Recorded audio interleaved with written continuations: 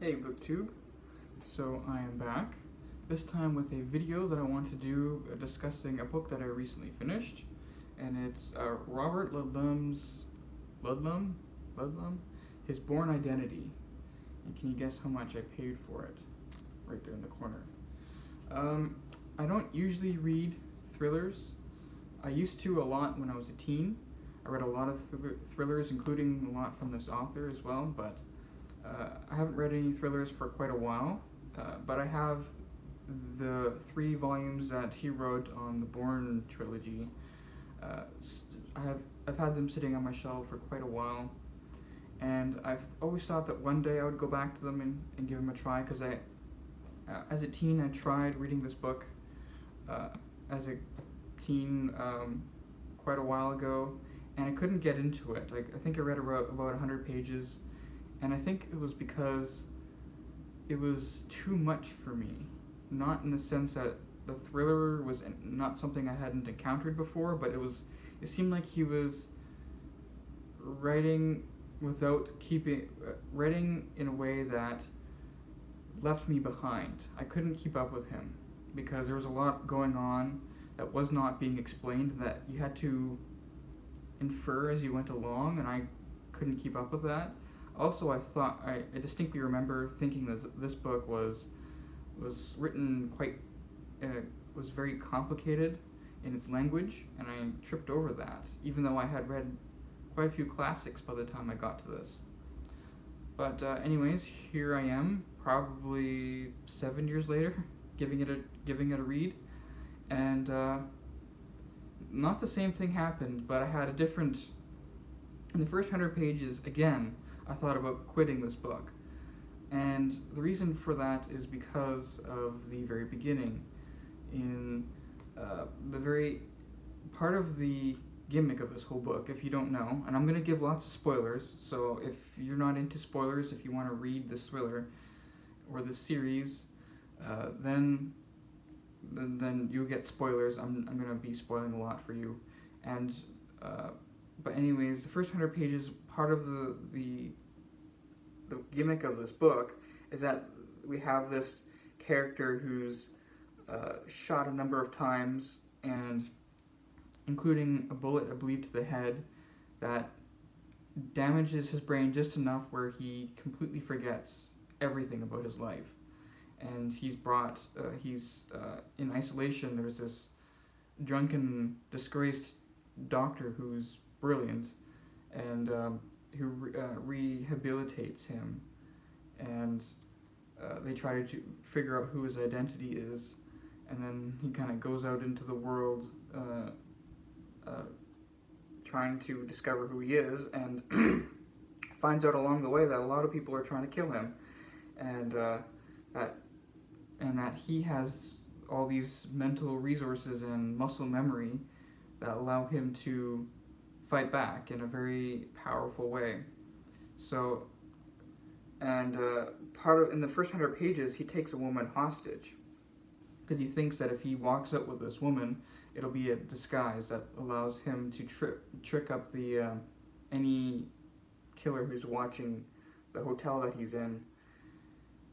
And what really annoyed me about that is that obviously the way he was treating her was awful, but that wasn't just it. It was that she was not actually helping him in the way that he thought he needed help. She was hindering him the whole time, because she was trying to get away while he was trying to get her to do what he wanted. And it seemed to justify his mistreatment of her in order to get her later on onto his side, because that's what happens. She later joins his side, and I thought that was a really disgusting message. Like, he's mistreating this woman, he kidnaps her, takes her hostage, and now all of a sudden she joins his side as some kind of lover, and that just didn't sit right with me. And while I'm still not sure if I fully believe the transformation that she goes through, how she gets to being on his side. I thought it was done in probably the best way possible, because she's not just an idiot herself. She's a very intelligent person, and the reason why she ends up joining his side is because he actually ends up saving her in a sense too. So that's why. So I didn't quite. I was almost gonna stop it at that point. I was around 80 pages in, but I didn't. I kept on going because it wasn't gripping me in those first 80, 100 pages, which is what I want a book to do, or at least a thriller, because I'm not going this to read Tolstoy or read any kind of thought-provoking literature or anything. I was going through to this for entertainment, and one of the things that really stuck out to me reading this whole thing is the whole world of a thriller, the whole idea of a thriller.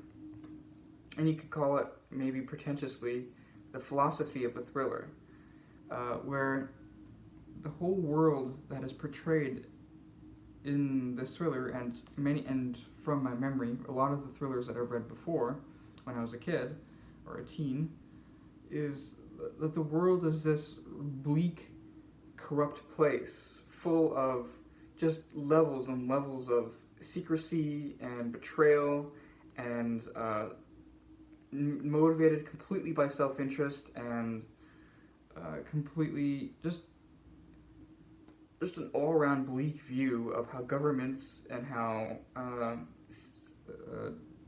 bureaucracy and whatever, how all these different levels of society work. And I gotta say, that really got to me at some points, because it got me really upset, because I'm like, I can't really argue against this. Like, is this how governments really are behind the scenes? Is it all just political maneuvering to get the next promotion? And how much do people get away with whatever it is that they're doing?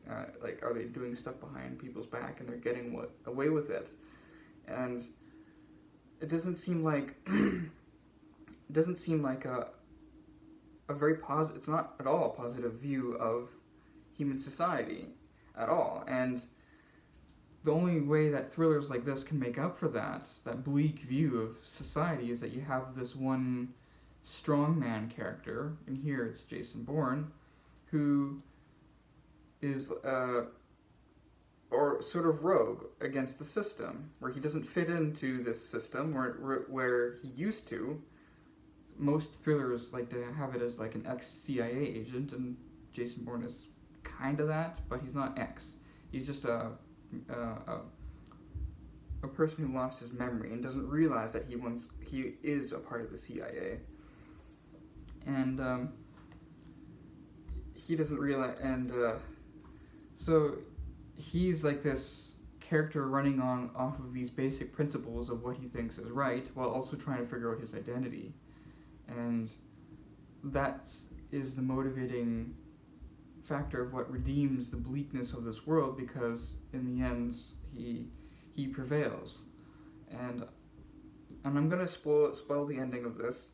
I don't find the ending at all very convincing either, because turns out he's part of this top secret organization, which is like this secret branch, even a part of the CIA, where he had taken on this identity as this fake hired assassin. And the whole point of this was to draw out this very well-known but very secretive European assassin named Carlos.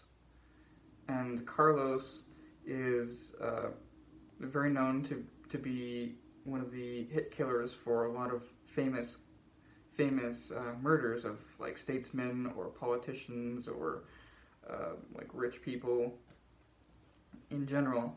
And the way Robert Ludlum writes this is that he gives us some glimpses of Carlos's side of things, and how elaborate his system is, because he's a ruthless killer, of course, but he's very generous with his money for people who are loyal. But if you step anywhere out of line, he will, of course, kill you in the most painful way possible. And the whole point of this identity of Jason Bourne was to create this rival assassin with the nickname Kane, and to use that as like a to draw out Carlos and then have Kane kill Carlos, with the idea that Kane would replace Carlos as the top assassin in Europe. So it's like a turf war. But the whole idea of Kane was all made up by the CIA. And Carlos finds out about this and basically destroys the whole operation from the inside, from the aforementioned Bleak and very selfish, and disoriented politician who sells out and gives Carlos all the information because he's just terrible. He's terribly angry at being just used by all the people above him. And just before he dies, the killer tells him, we just used you the exact same way. And so you just went from one side to the other and you kept the same role. Which is just another further part of the bleakness of this book, or the bleakness of the whole idea of loyalty and government procedures in this book. And another thing that really struck me about this book is that the way Carlos works as an assassin, but also how Jason Bourne works, because he's a professional. He can hide in human society in the easiest way. He can hide his identity. He's extremely resourceful. He's very smart in the most toughest situations.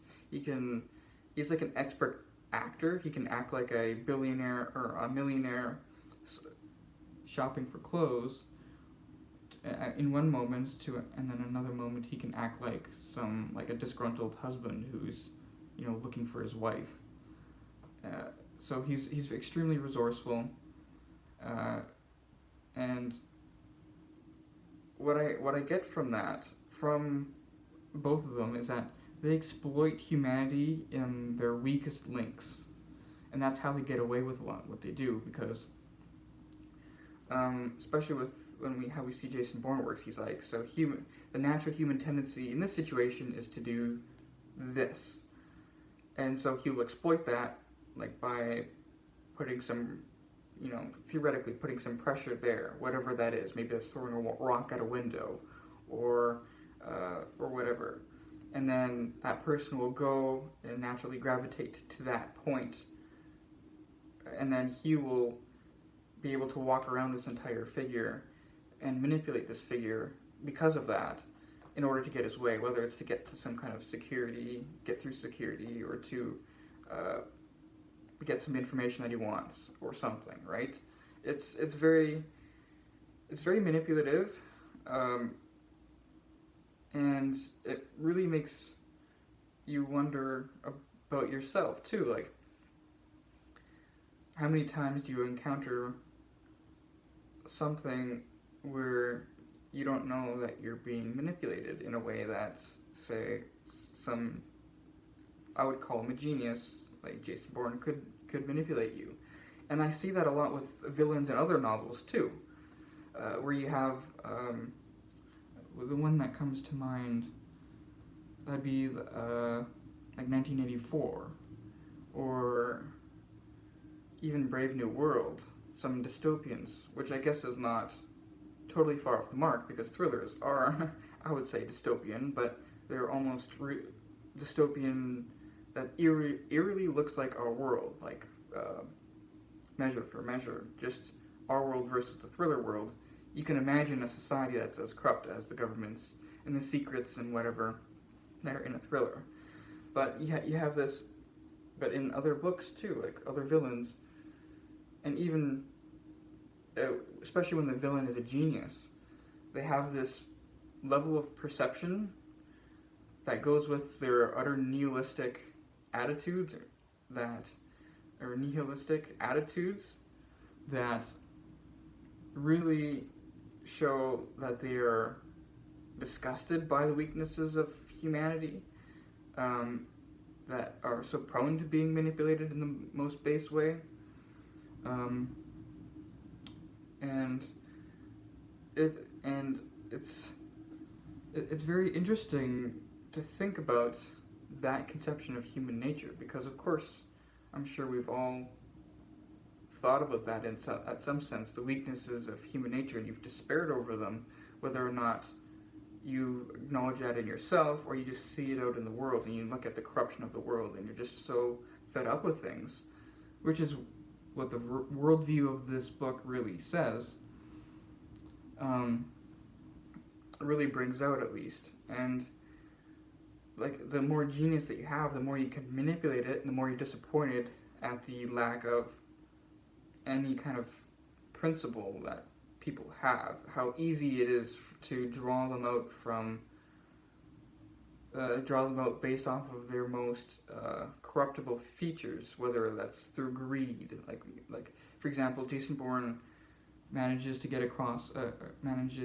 steal a lot of money from a bank account, and so throughout the whole entire book, he's very adept at getting his own way through large sums of money, whether that's through a taxi, whether that's through other higher up bank members, or just people that he wants to pose in certain ways so that he can use them as a decoy or something, right? And it's like, for example, there's one moment in this actually where it has a rendezvous with a character who knows a lot about his past, and he knows that this person will be watched in many different ways or many different locations. So he wants to draw those people who are going to be watching away. And the way he does that is he's in a taxi and he's paying this taxi driver large sums of money to follow this one vehicle. Then he pulls up beside the vehicle, shoots at that vehicle, not in a way to hurt anyone, but to distract them, to break their windows, to make them scared, and to make them realize that the person who they're looking for, which is Jason Bourne, is inside this taxi. And then he pays, and the taxi driver is not part of this plan. The taxi driver is just someone who's getting large sums of money to be told what to do. And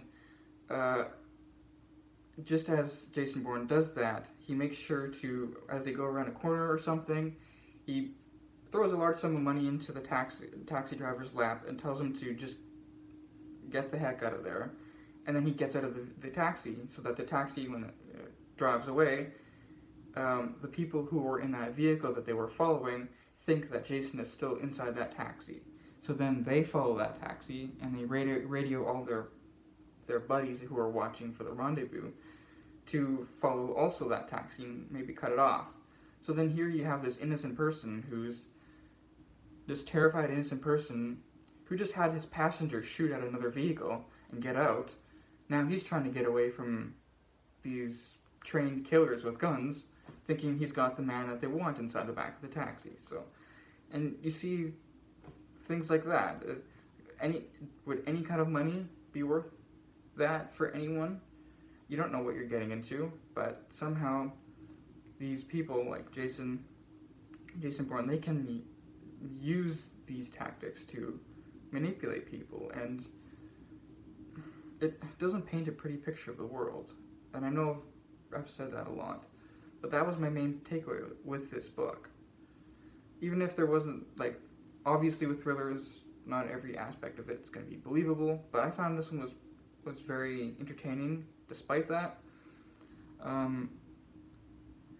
But I don't know if I'll be going on to the series. This did end on a cliffhanger, and I guess that'll be the last thing I mention. The cliffhanger was so poorly done, I think, but it was done because the very last, action sequence in this book is, of course, when Jason Bourne is fighting with Carlos, the assassin, and they're inside this house that was decked out as like this military house or whatever. It's like a normal looking house on the outside in a normal suburb of some town, or some city, but the whole house is protected on the outside, so it's all like bulletproof. You can't get in, you can't force your way in.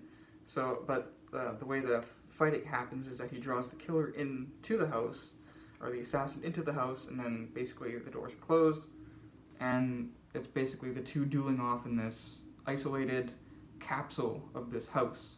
So you can't break a window to get out because the bullets that you would use, or a chair or whatever to break a window, wouldn't work against these bulletproof glass.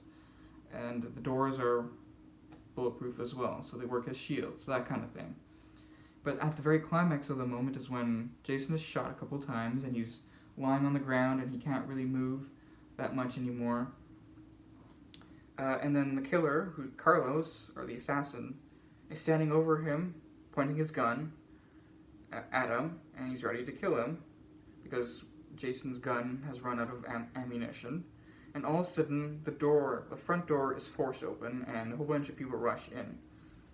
Not into the room that the standoff is taking place, but they can hear the rustling through the front.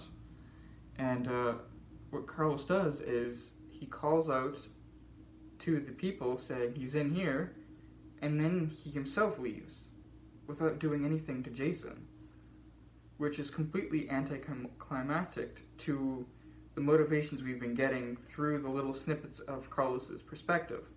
He's very angry at this Jason Bourne character and wants to kill him. And when he finally has this chance to kill him, he doesn't. He just leaves him there and then uses the distraction of the people coming in, because they're all looking for Jason, presumably. At least that's what Carlos is banking off of, and then he kind of sneaks his way out through this chaos. And he leaves Jason alive, which makes no sense whatsoever. But it allows for a sequel, because Jason is still alive, he needs to recover, and now he has to chase after this killer all over again. And this book was, 500 pages? I believe the next book, Bourne Supremacy, is like 600 pages or something like that. It's thicker than this.